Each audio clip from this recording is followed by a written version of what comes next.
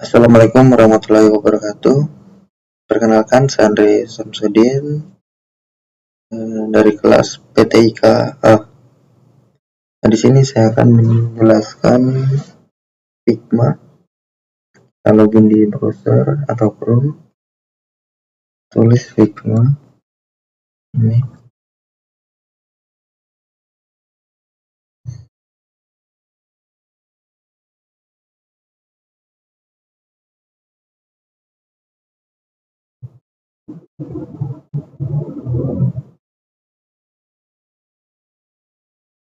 Nah, kita buka Figma dengan logo seperti ini. Yang kita login. Nah, di sini saya login dengan menggunakan akun Google.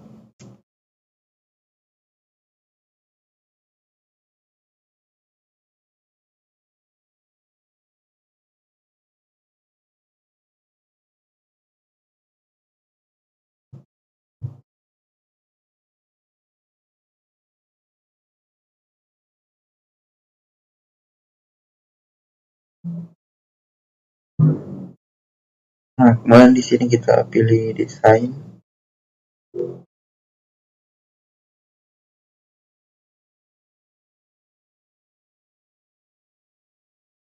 Nah, kalau yang ini namanya toolbar.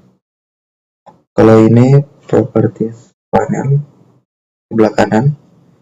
Nah, kalau sebelah kiri ini navigation panel.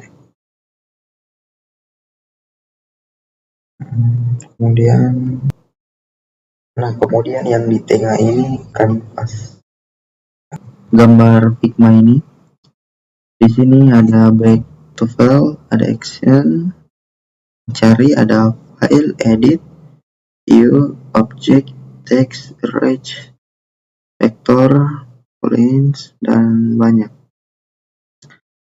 Nah, di sini juga ada assets. Ini bisa kita masukkan, misalnya ini material, insert, instance,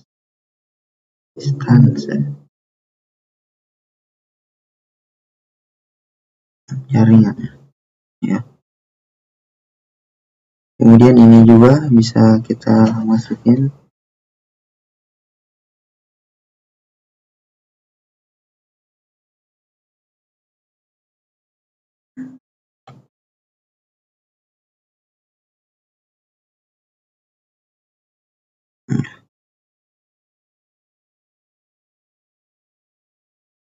Nah,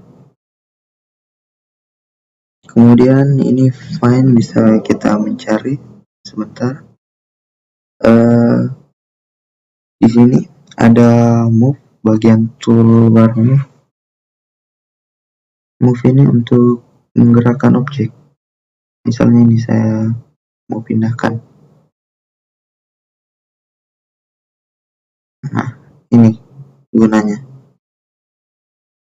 Bisa pindahkan yang kecil-kecil ini, bisa kita pindahkan. Dan satu objek ini penuh. Caranya kita ambil ujung-ujungnya. Nah, ini. Nah, kalau hand tool ini untuk menggerakkan begini, menggeser-geser. Nah, kemudian ini scale untuk memperbesar atau memperkecil objeknya.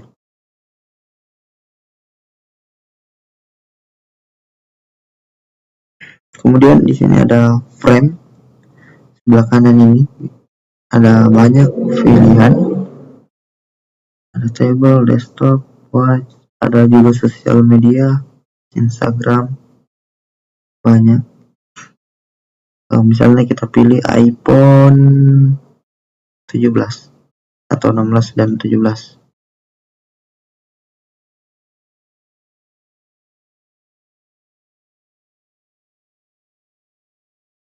Nah, di sini kita bisa atur, kita pencet iPhone-nya ini. Di sini ada posisi. Ini aksennya, ini posisinya. Kalau kita gerakkan pasti bergerak juga angkanya di sini. Ini ada rotasi. Bisa kita tulis misalnya 45 derajat, enter. ataupun bisa kita atur di sini 45, 135, 135. Kita kembalikan di 0 derajat. Nah, bisa begini.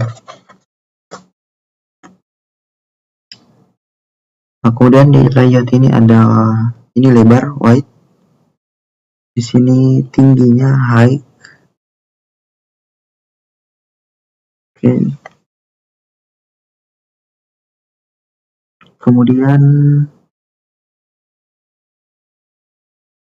Kemudian ada upper range. Di sini opacity ini mengatur tingkat transparansi objek. Nah, ini. Jadi kalau 100% ini tidak transparan, kalau 0 tidak terlihat.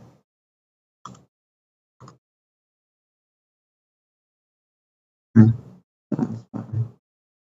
Namun kasih 100 saja.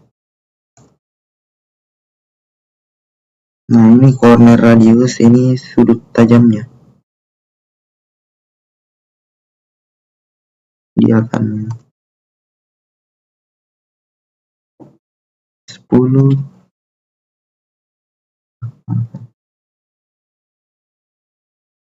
Sorry.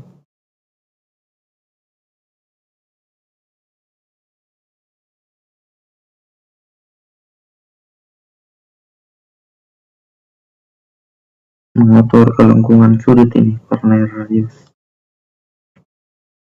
Kemudian fill, ini warna dan isi objek. Di sini kan warna putih, bisa kita ubah ke warna merah. Namun warna putih aja, Bang. Warna putih saja. Ini kita ubah lagi ke warna putih. Nah, bisa di sini.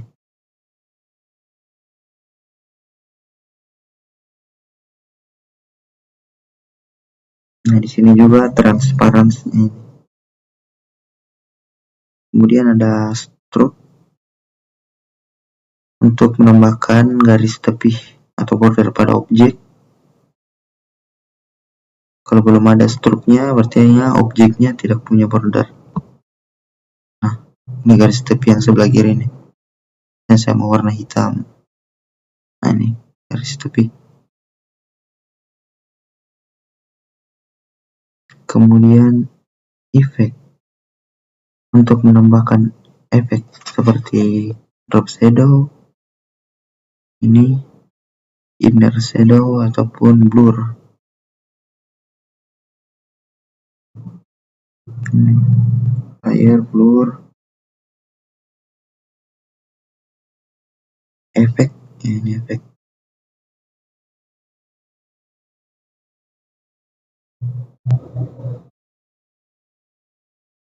Ini blurnya ada posisinya, misalnya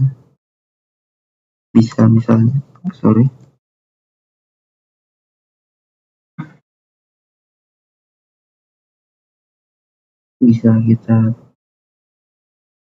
tebalkan, misalnya 7. Nah, sebelah kirinya ini dia akan membentuk seperti ini.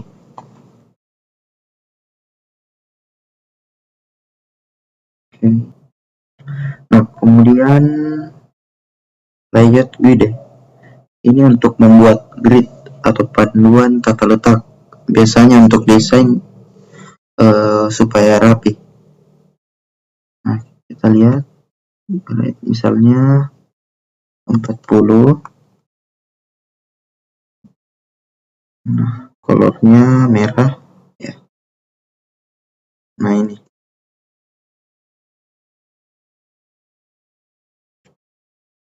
grid, kasih kolom. Ini untuk panduan tata letak supaya rapi. Sebentar. Iya. Kemudian ini ekspor. Ekspor ini untuk menyimpan desainnya, baik dalam bentuk PNG, JPG, PDF. Nah, kita tes di sini ada rectangle. Ini bisa kita tambahkan dalam frame tadi. Ini kan ada batasnya. Ini bisa kita pencet 2 kali, terus tekan Alt. Nah, ini akan menduplikat. Nah, ini akan lurus. Nah, di sini fungsinya dari grid tersebut supaya rapi. Kan. Ini sama seperti tadi, ada layoutnya, ada fill yaitu warna, sama seperti sebelumnya, mirip-mirip.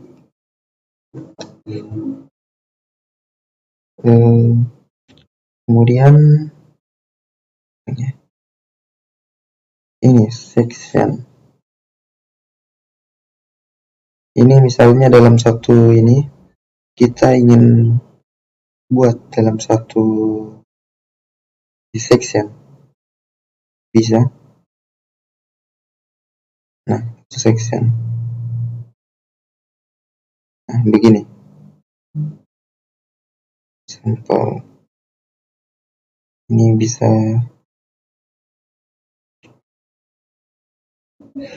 Oh iya, kemudian kita kembali ke gambar Figma tadi. Nah, ada di sini back to files untuk kembali ke halaman daftar file. Kemudian ada action atau bisa kita pencet Ctrl K. Nah, ini fitur untuk pencarian perintah.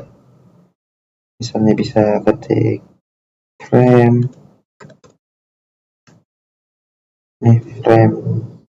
export, dan lain-lain untuk perintah.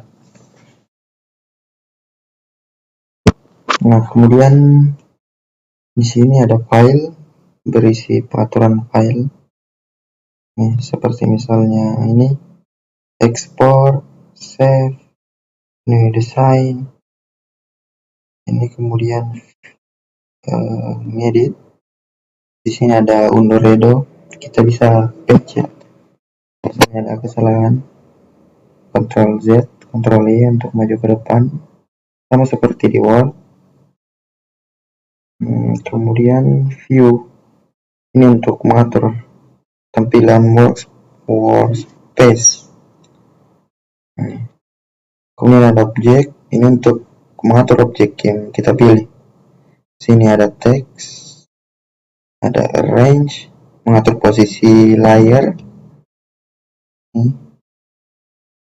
Sini ada vektor untuk mengedit vektornya.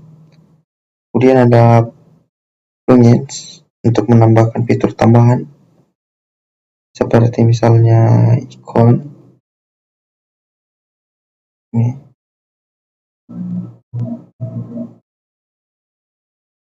Kemudian ada widgets digunakan untuk kolaborasi tim. Nah, ini bagusnya Figma, bisa untuk kolaborasi.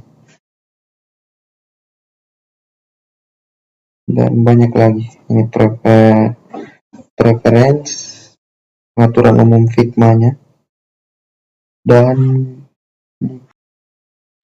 various untuk mengakses desain sistem dan seterusnya.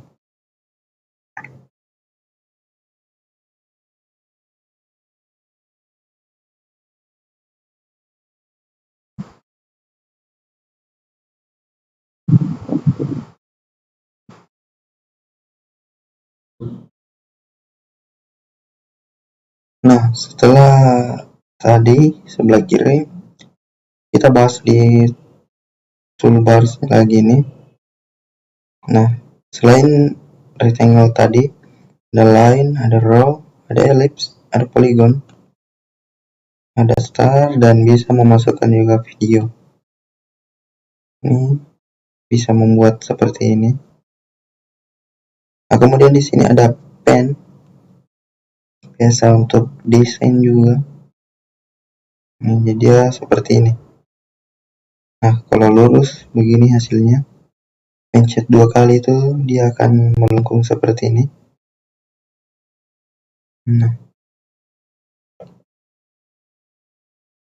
seperti ini. Dan ada pensil. Nah, pensil ini seperti menggambar.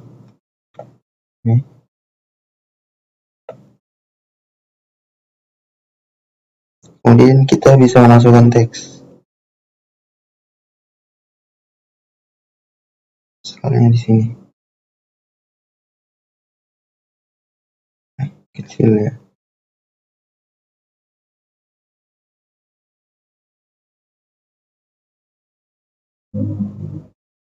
Nah, di layar sini sebelah kiri bisa kita pilih-pilih apa yang kita mau. Sini sudah ada Andre, vektor 3, 2, 1, poligon. Nah, jadi vektor ini yang ini, tulisan. Ini ada section 1, rectangle 1, rectangle yang ini. Yang kotak, yang ini. Ini rectangle. Yang dalam icon juga ini rectangle.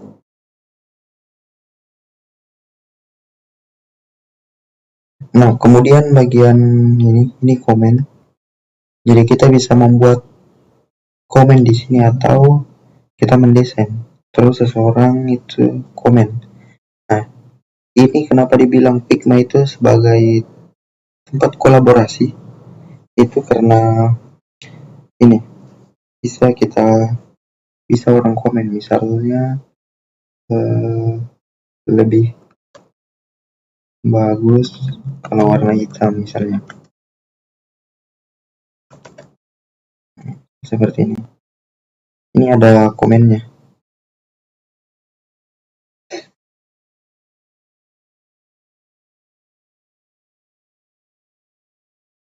Kita bisa lihat di sini.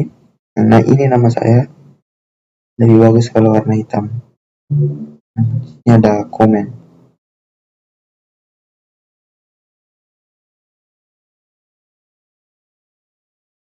Nah, kemudian di sini sebelah komen, action. Di sini ada search.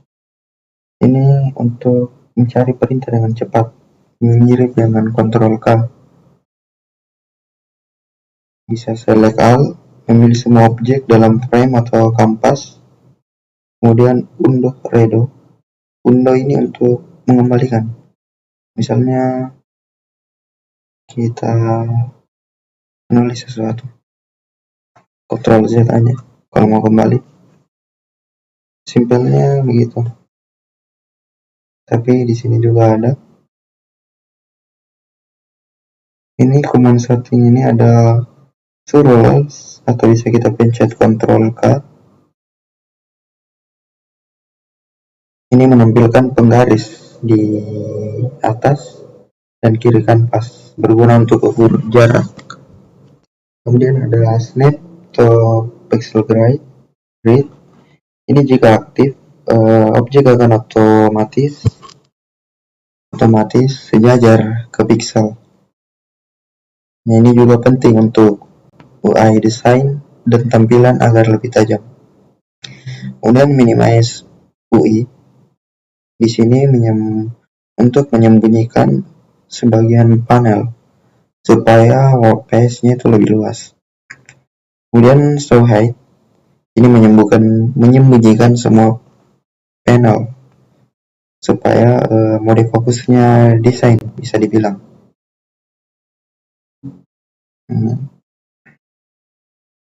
Show height. Ini bisa Ctrl Shift tergantung versinya. Ini ada multiplier cursor. Ini menampilkan kursor orang lain saat berkolaborasi real time. Nah, jadi ini bisa kolaborasi. Nah, ini kalau aktif misalnya bisa lihat siapa yang sedang mengedit. Kita bisa lihat siapa yang sedang mengedit. Jadi ini cocok untuk kerja kelompok. Ini ada nudge amount. Ini mengatur jarak perpindahan objek saat tekan tombol pada keyboard. Intinya menu ini berfungsi sebelah komen ini untuk mengatur tampilan workspace, membantu desain juga lebih presisi, mengontrol kolaborasi antar tim juga, dan ya tentunya mempercepat pekerjaan.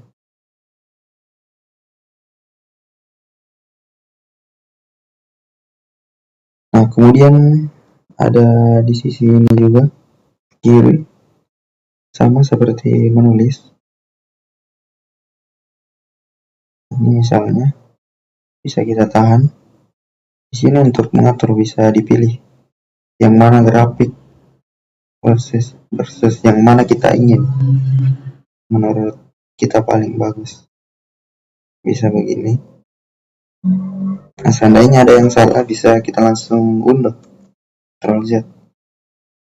Ini ada juga seperti ini.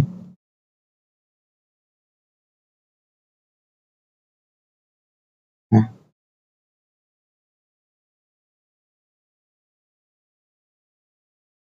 seperti ini. Ini banyak, ada cut, dipotong misalnya. Bisa dipertebal seperti ini, diperkecil.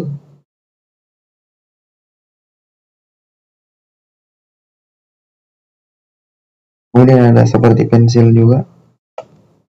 Ini kita mau seperti ini, ada. Jadi di sini jenis-jenisnya. Ini tingkat ketebalannya ini. 200 paling tebal. Kemudian div mode. Oh, tidak bisa. Ini harus berbayar. Karena kita pakai sesuai kebutuhan aja. Jadi tidak usah. Kembali. Ya, mungkin ini bagian toolbar. Nah, di layar ini banyak ada semua yang habis kita buat. Ini ada vektor 10. Jadi di sini akan terhitung semua. Nah, ada ini contoh sampel. Sini kita bisa membuat kertas baru lagi. Ya, mungkin itu saja yang bisa saya jelaskan. Terima kasih telah menonton. Assalamualaikum warahmatullahi wabarakatuh.